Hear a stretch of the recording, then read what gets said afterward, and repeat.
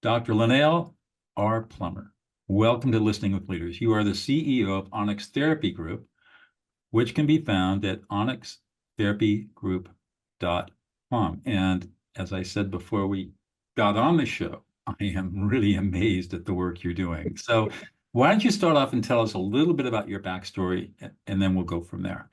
Hey, Doug. Yep, I'm super excited to be here today. So thanks for welcoming me here. A little bit about the background in terms of Onyx and myself as a leader. I can make it brief though.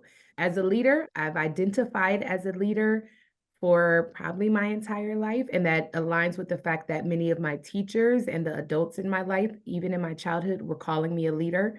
I had a way of captivating audiences and really finding how to motivate them to get things done. And again, that started in elementary school where I was in charge of some of our group projects and things like that. And we never had issues. And I think it was because of my style and approach, which I couldn't necessarily label as a child, but my teacher saw something in me, and that kept putting me in positions to allow me to grow as a leader. One of the pivotal moments of my leadership journey was being commissioned as a United States Army officer, and that happened when I was 21 years old, graduating from Howard University. And of course, the military has an intense leadership program. They don't necessarily call it that. We have different titles for those things, but definitely developing us as leaders. So watching my father, who was in the military as a leader, having all of the additional support in my schooling, and then just being presented with opportunities allowed me to continue to grow in my emotional intelligence, especially as a leader. Onyx is an international mental health company. We're headquartered in DC, and we have 34 women in our company, and we focus on women employment particularly, but there is some diversification there as well. And all of our work is centered really on mental health, but all things related to human services. And so that looks like mental health, that looks like education, it looks like coaching, it looks like workforce development, it looks like a lot of things because mental health is tied into all aspects of the human experience. Yeah, I like to tell people that I was not in the military myself, but I like to tell people that I think the U.S. military has the most comprehensive and effective leadership program in the world. It does indeed. It does indeed. And I think that's why whenever a veteran sees another veteran, especially on some resumes, there's a little bit of bias there because they think that the assumption is that we've all been trained as leaders, right? And it is because it's an intense leadership program. Exactly. So Yeah. tell us a little bit about Onyx. You focus on education, if I understand correctly. Yeah, we focus on mental health, and education is one of those components that's connected to it. And so we are in schools, and we do work with the superintendents and such.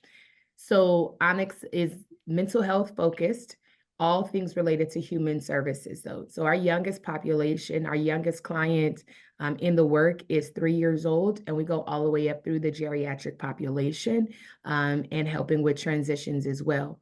Now, that's largely the direct mental health services and support. The education means that we're doing mental health in the schools, we're doing teacher development, we're doing wellness coaching for schools and school leaders, we're doing IEP support, we're doing special education technical assistance. We're heavily invested in the work we do. All of it is centered on mental health, though, because if a person doesn't have a good special education program, their mental health is compromised in those moments and they may act out. And in acting out, they'll get labeled, they'll be treated differently, maybe go down some different pathways. And subsequently, their life could look different simply because the education system wasn't set up for success for that particular student. And so we think about mental health in those ways. And in coaching and leadership development, we're in quite a few companies, nonprofit and corporate, doing their leadership development and their executive leadership coaching. And by executive leader, I don't mean that they're already C-suite. It may be somebody who's brand new to work in the workforce, but they still want to envision themselves as a leader. And so we start that process and that pathway with them early on. So I have a question, which I don't mean to be challenging, but I am having worked in prisons for over 10 years, teaching life and long-term inmates, both in men's prisons and women's prisons, how to become peacemakers, stop prison violence. I've seen a lot of stuff, right? Yeah. But one of the ways that I grew in that process was to recognize there's no such thing as mental health, Mm. and it's total health. Uh-huh. How our brain, CNS, body, they're all connected. It's all connected.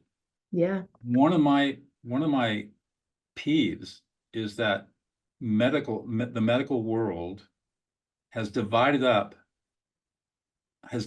up into all these little pieces, That's right. and we're not really looking at the holistic picture. Yes.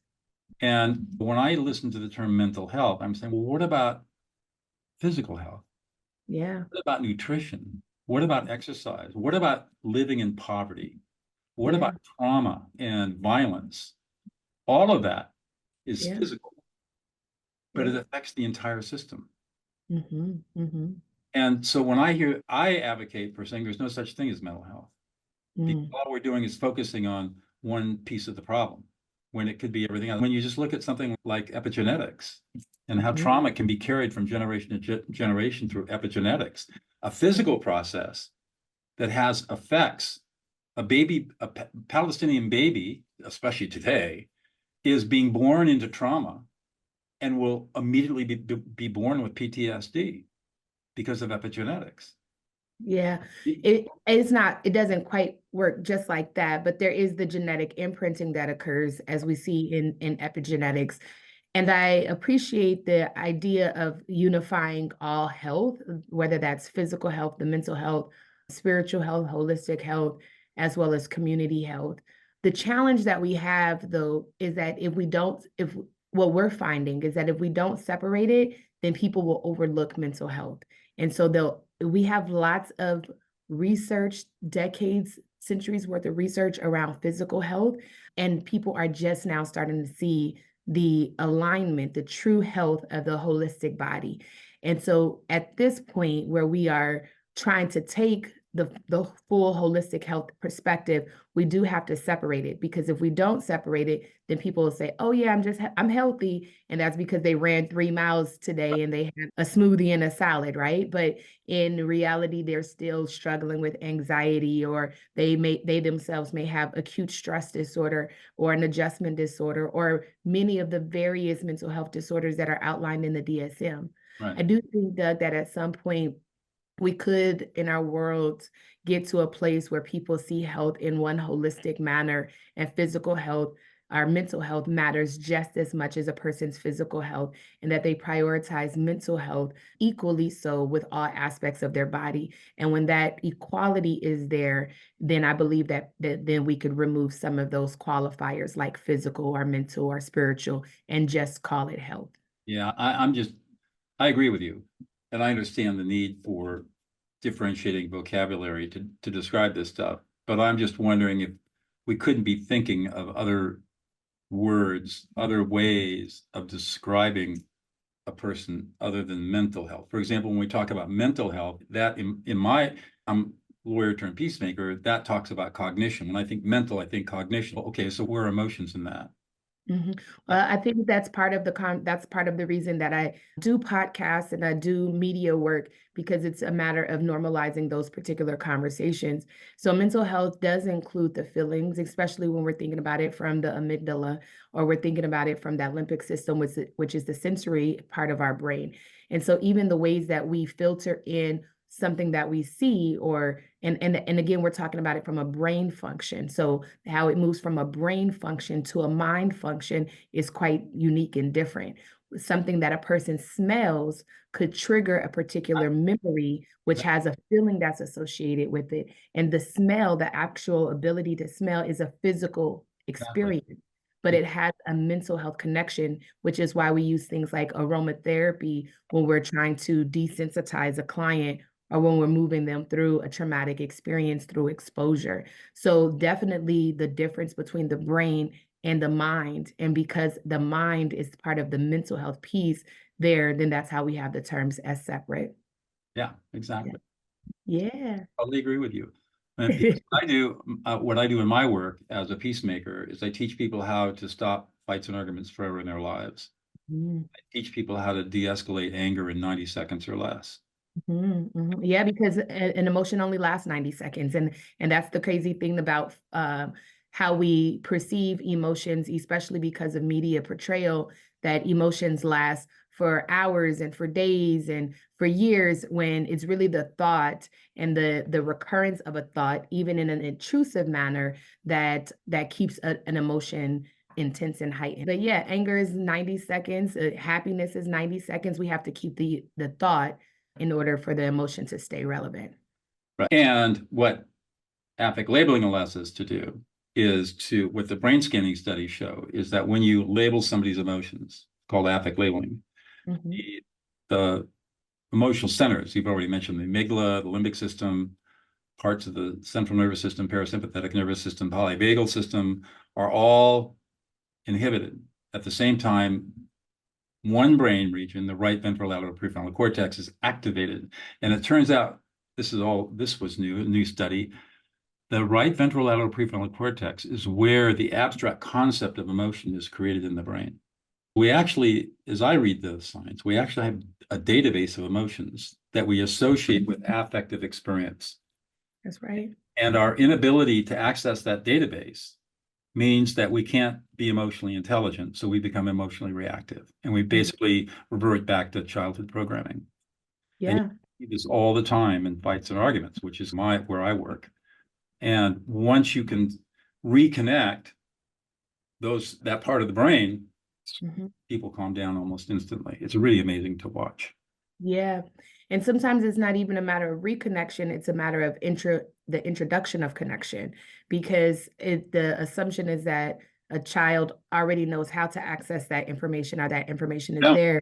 But a lot of times they don't. They're storing information, but don't even realize that they're storing it. And that's the complications of memory. And it is why we have to use different functions in therapy, where it's not just talk therapy. There's different things that we have to do so that we're creating those neural pathways that they can access the information, even if they didn't realize that it was there.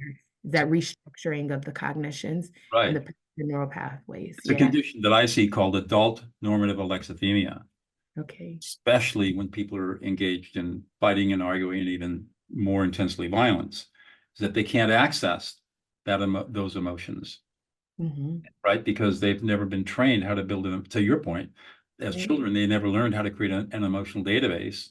They never got emotionally granularity where they can associate affective experience with a symbolic concept that we call emotion.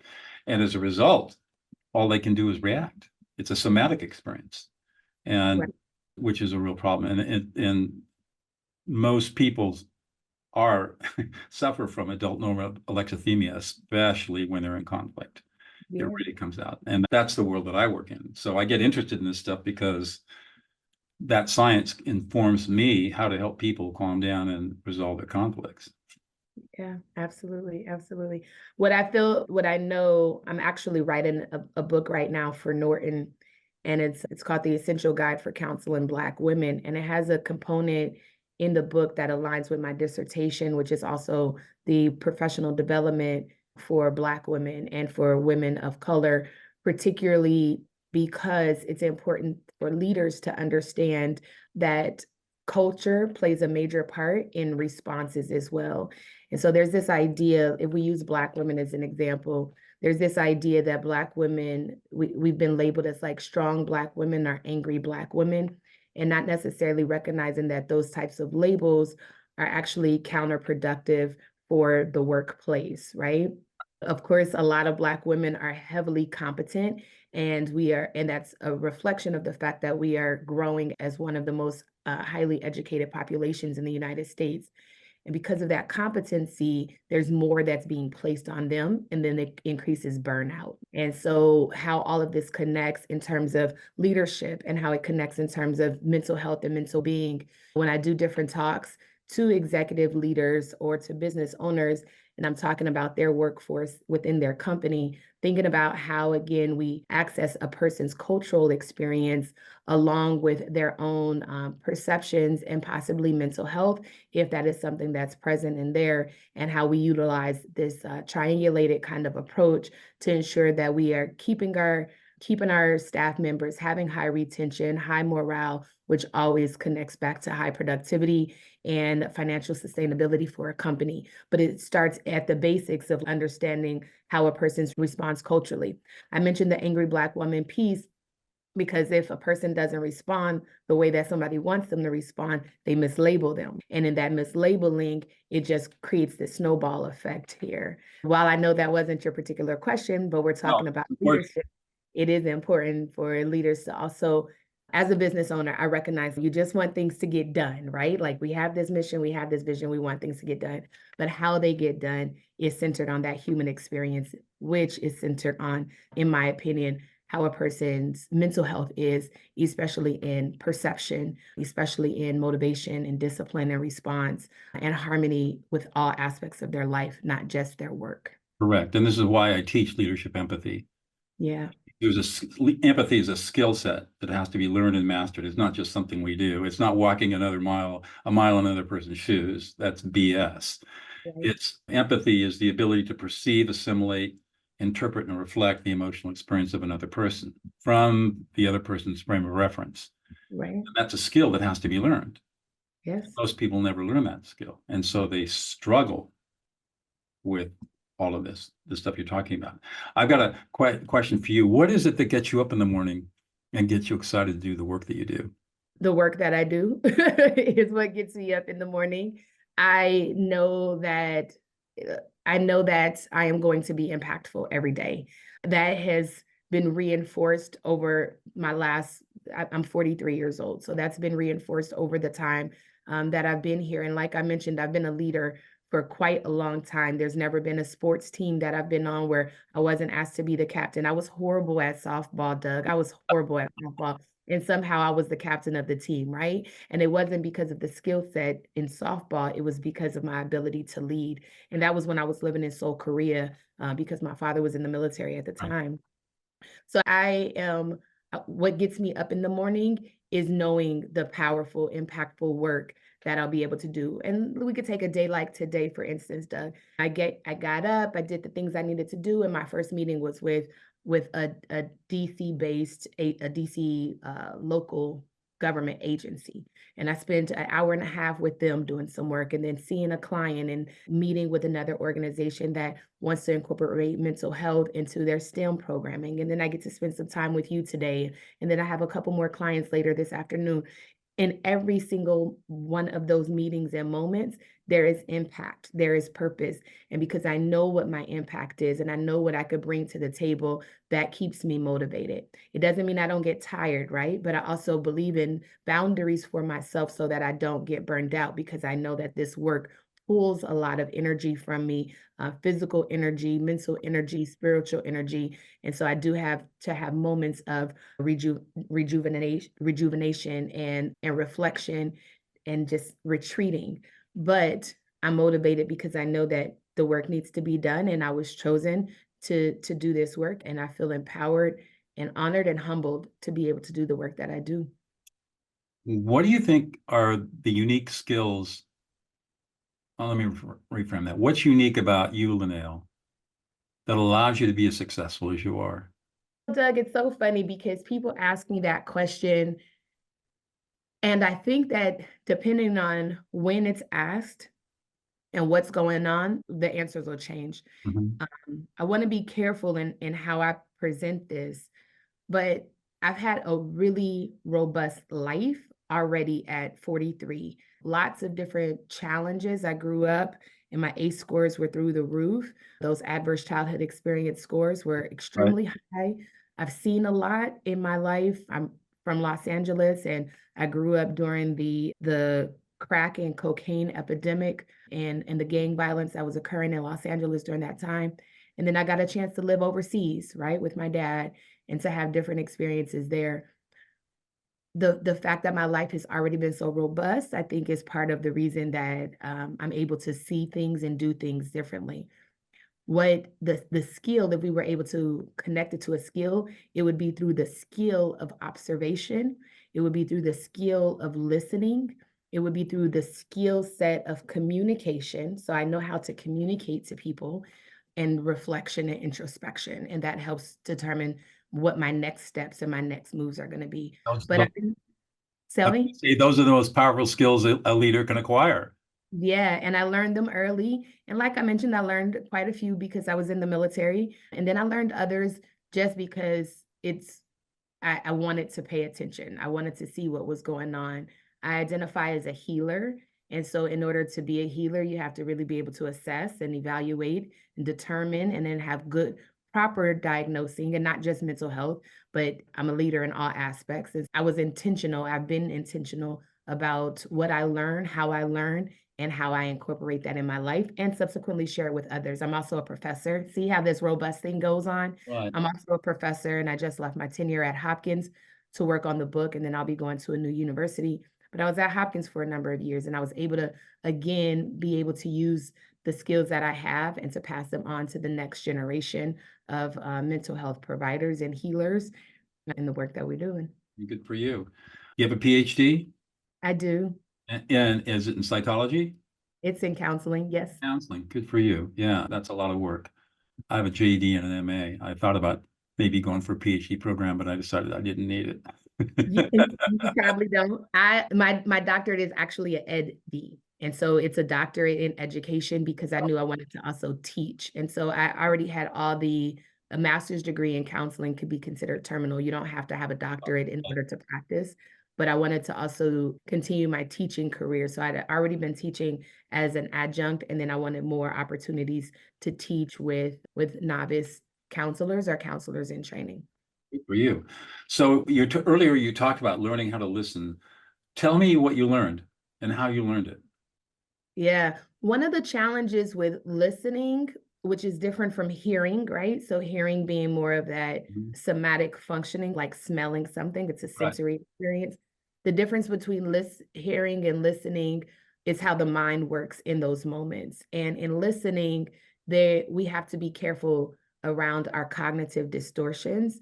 And one of those distortions is filtering.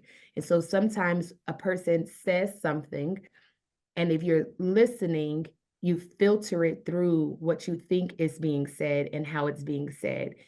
And that is a reflection of your schematic framework, right? When we think about it from Piaget. Right.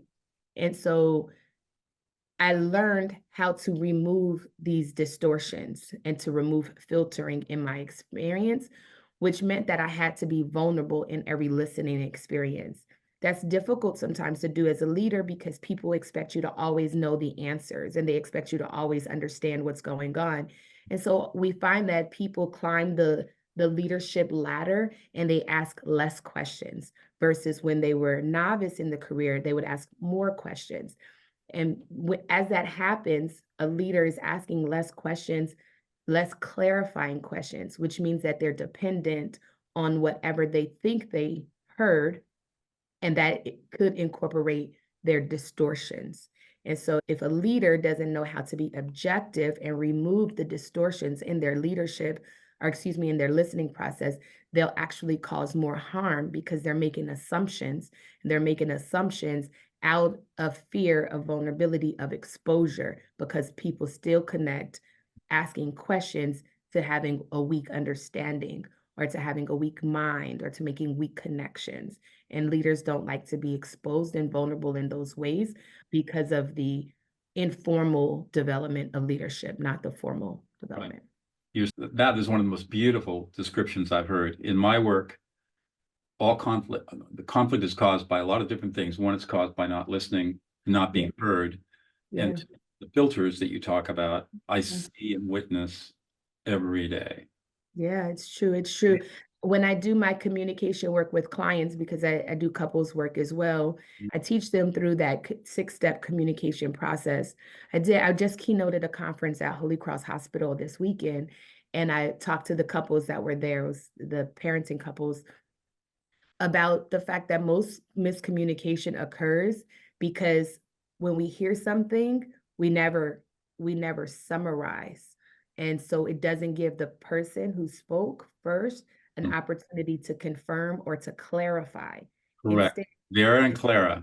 Instead, you They're the Phi sisters, verify and clarify. And we use that to avoid our ugly neighbor misunderstood. Exactly. And a lot of people skip that step. And it's a skill, right? Like you have to know how to communicate. And the best ways to do that is by step processes. The evidence shows us that a step-by-step process that's measured out and that could be observed is usually the one that creates the best outcomes. And so we have to teach people, especially the leaders, to feel comfortable clarifying and verifying information before they respond to something. Exactly. Now, here's where I do something that's a little radical compared to most people. I tell my students, my leaders, and my clients, never use an I statement when you're reflecting. Only use a you statement. And Tell me about it. the science shows, there's an interesting study that just came out of Japan that shows that they use artificial intelligence to analyze the therapist-patient relationship, looking for indicators of trust. And what they found was that the more self-referential the therapist was, in other words, the more I statements the therapist used, the less trust there was in the relationship. That makes sense in a therapeutic relationship, but not always in a leadership position. Tell me more about that. Yeah, because in therapy, the therapist is supposed to remain objective. The therapy session is completely about the client. So when you can summarize what when I as a therapist can summarize what a client is saying, it makes them feel heard. It makes them feel seen. It makes them understand that I am hearing what they're saying and I'm also paying attention to what they're not saying and filling in that gap there as well. But I'm a therapist and my job is to heal a person and to let them be seen and feel seen through that process. I'm curious, why isn't that important in leadership? My only objective as a therapist is to make sure, my primary objective as a therapist is to make sure that my client feels seen and heard for their healing process and their journey. Leaders have different desired outcomes, and generally it has to do with some sort of productivity, right? And so when it is important, yes, to make sure that your staff members and employees feel seen and heard, but because leaders are not always trained in therapy, if they use a you statement at the wrong time, it could be paired with judgment, or it could be paired with making it seem like you know what I'm saying, or you're putting words in my mouth, and that's not what I meant. And so it could get complicated.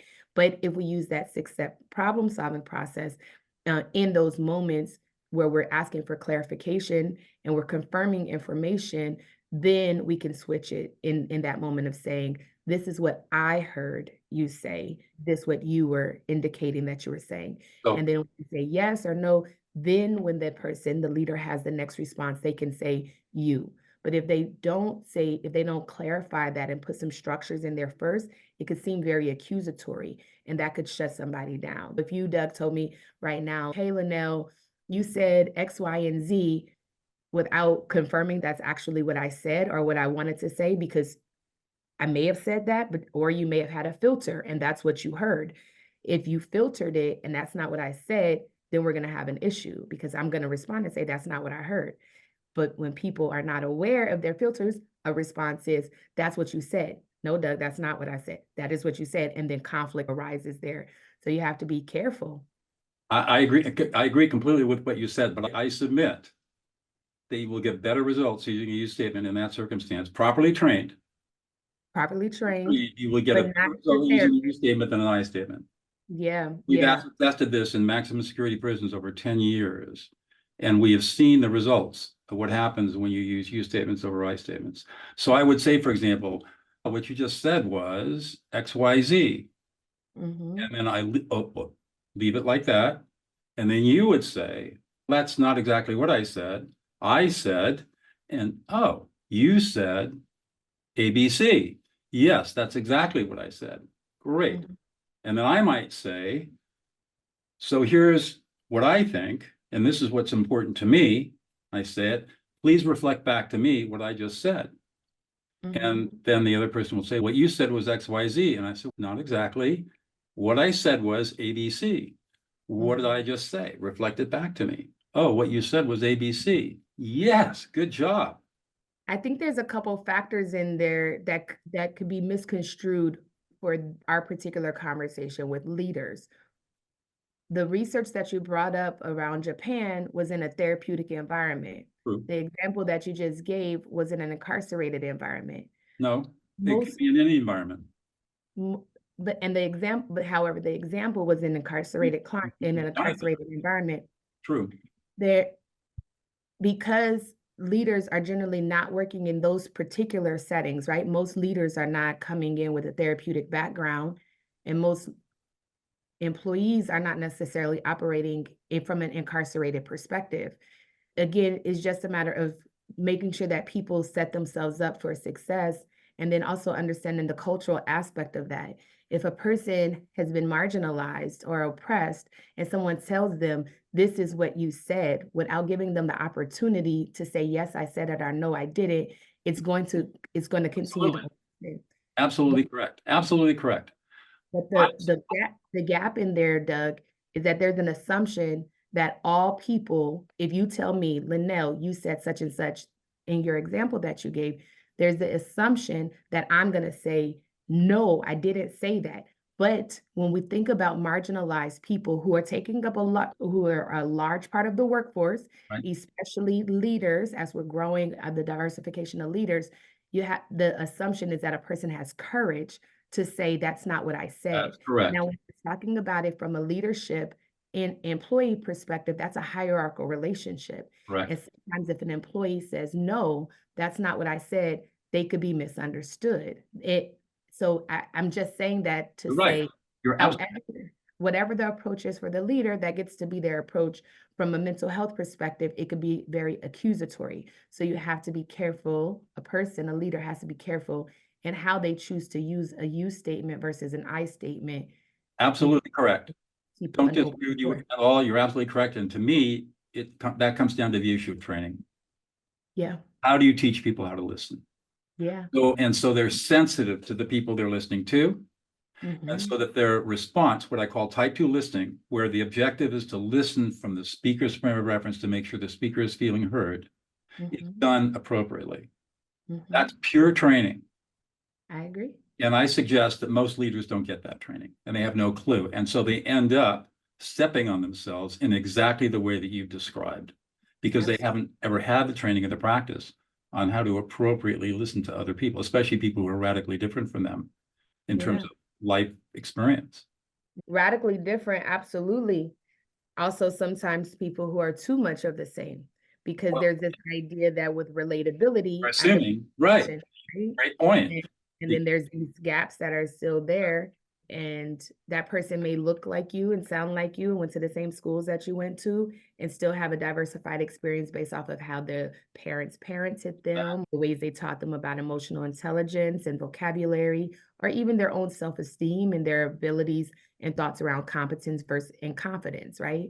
So it's always better to ask questions than to make assumptions. And again, my thought is that many leaders, because of you're mentioning the lack of training, which I 100% agree with, many leaders are afraid to ask questions because of the perception of what it means to ask a question, as opposed to the reality and the prevention that comes with asking a question. I agree. And then the art of asking questions is another whole different area of training. I was a trial lawyer for 22 years. I know how to ask questions, right? But Yeah, what I've learned is that the more open-ended your question can be, yeah. safer it is, Hmm. and the more information you get. So, LaNail, tell me what's going on. Yeah, that's right. And that was a question That was right? an Yeah. example. Yeah.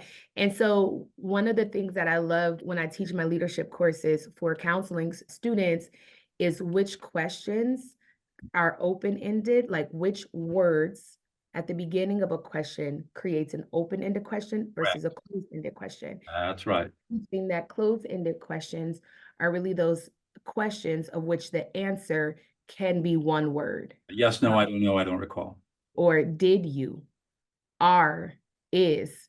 Those, if we lead the question with those That's, words, they will create a closed-ended that's question. correct. And we Versus were open-ended. what and how. But even with the open-ended question, you're absolutely right. And that's what I taught when I taught trial advocacy. I taught exactly what you're talking about. There are open-ended words that you don't want to use, but you don't want to say why. Don't ask, Well, don't, why did you do that? That's yeah, because fundamental and critical. Tell me, Yeah, that's right. That's right. Yeah, because why is a question, rarely do you meet people who hear a why question and they don't become defensive.